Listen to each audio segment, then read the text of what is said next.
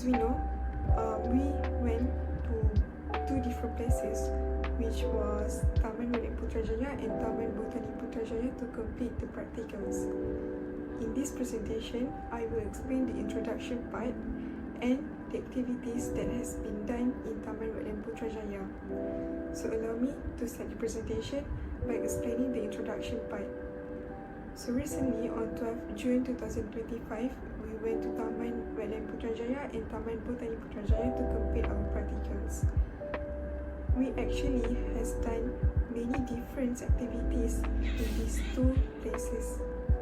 At Taman Wetland Putrajaya, we have listened to some talks and collect some weed samples throughout the wetland. Meanwhile, at Taman Botani Putrajaya, we have done our main practicals, which are practicals 1 and practicals 2.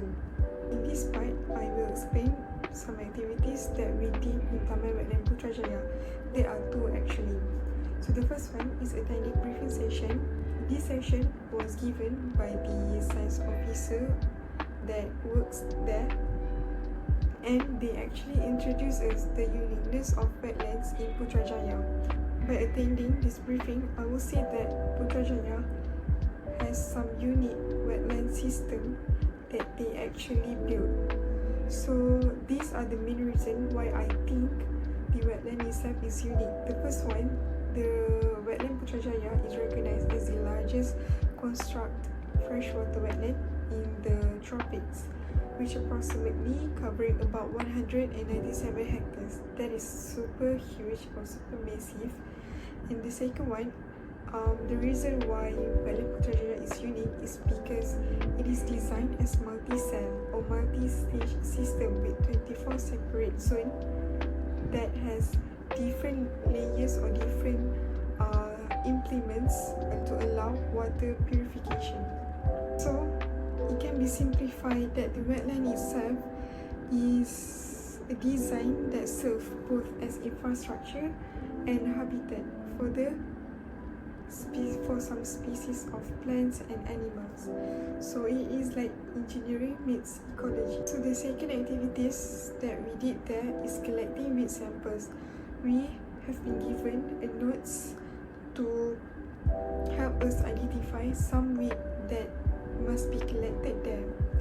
And throughout the wetlands, we found many different species of weeds or small plants throughout the wetlands area, which is for me, it's kinda fun and exciting. Now before I end my session, I would like to include some videos during our activities.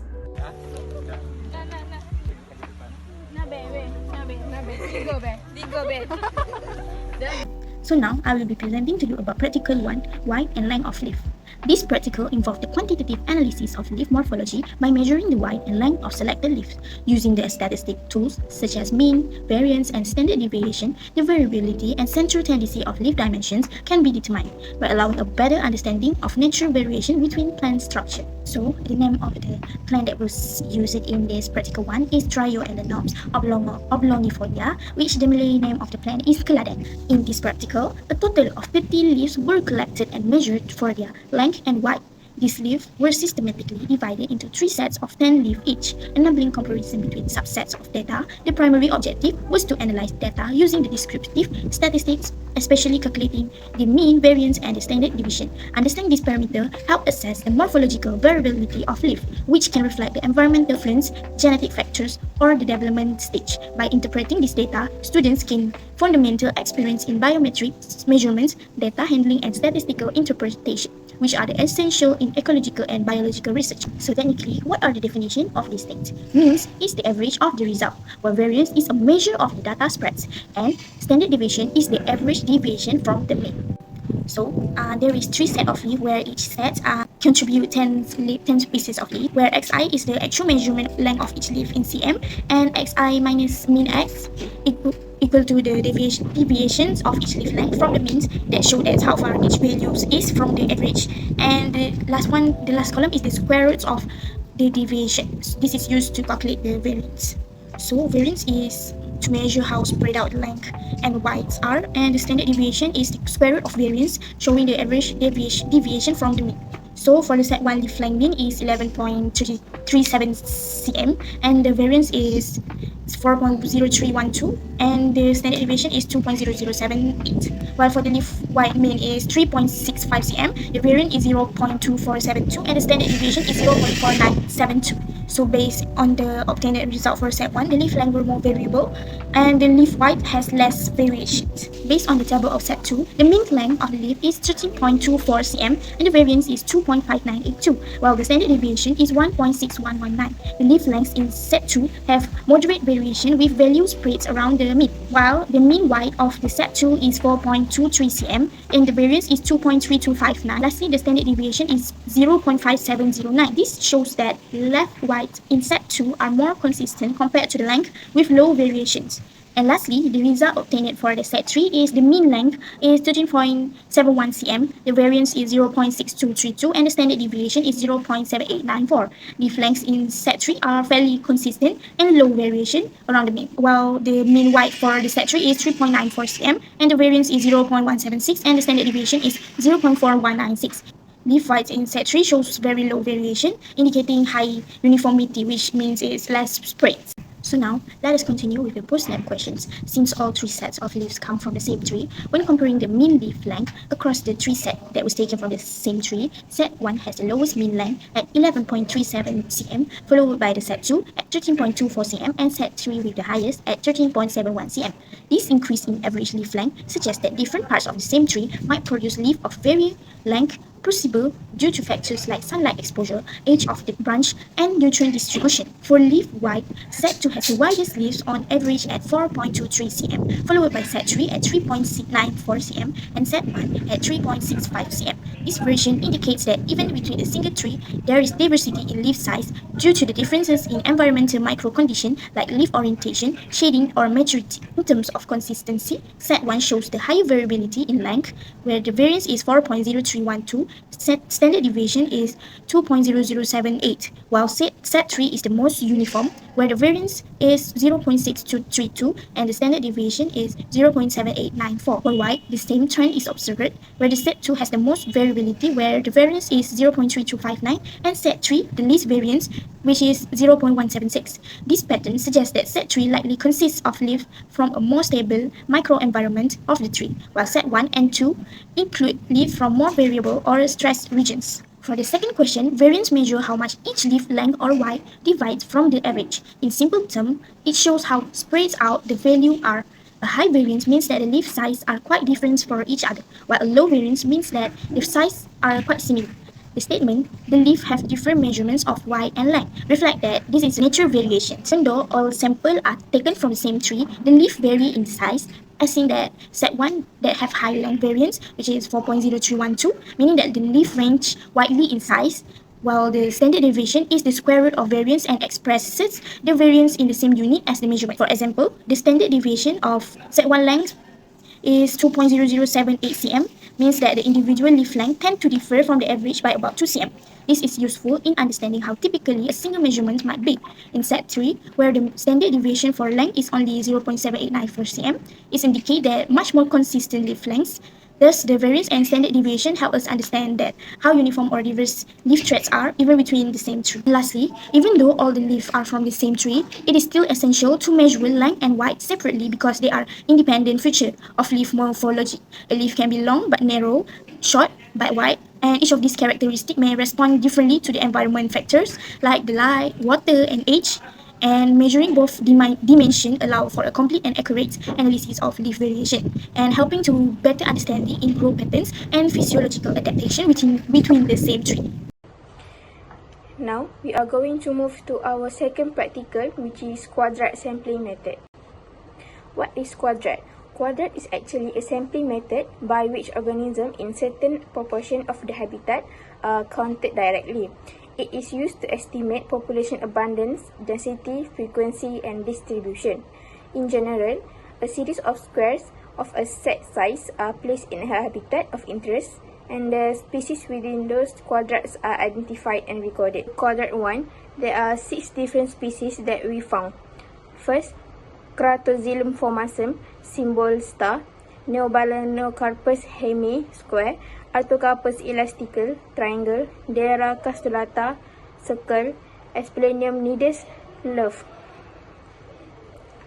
Each different species has a different total number of individuals, according which is 1, 2, 1, 1, and 3.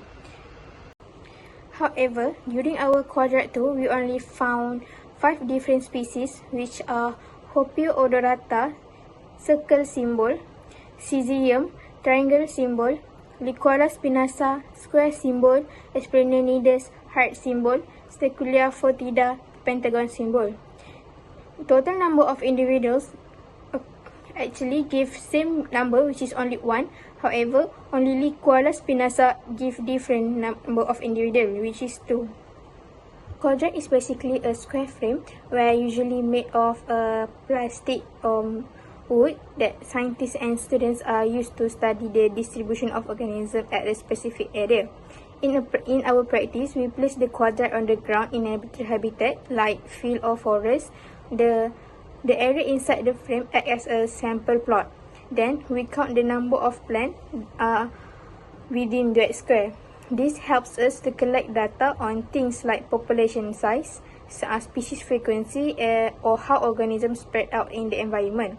For example, if we want to know how many plants growing in the field, we might place 25 times 25 by quadrat in several spots and count each plant inside each one of the quadrat, and use the information to estimate how many plants are in the whole place. So in short, quadrat helps us to study ecosystem accurately without having to count everything in the entire area. When using the quadrat technique, there are at least 2 basic requirements that must always be followed to ensure the results are accurate and reliable. First, the size, shape, and number of quadrat must be appropriate for the type of organism being studied.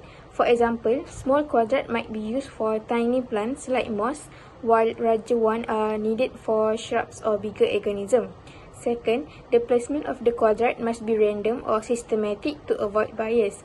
This means we should not just place the quadrat where it looks interesting, but instead use a method like random sampling or grid system to make sure every part of the study area has an equal chance of being included.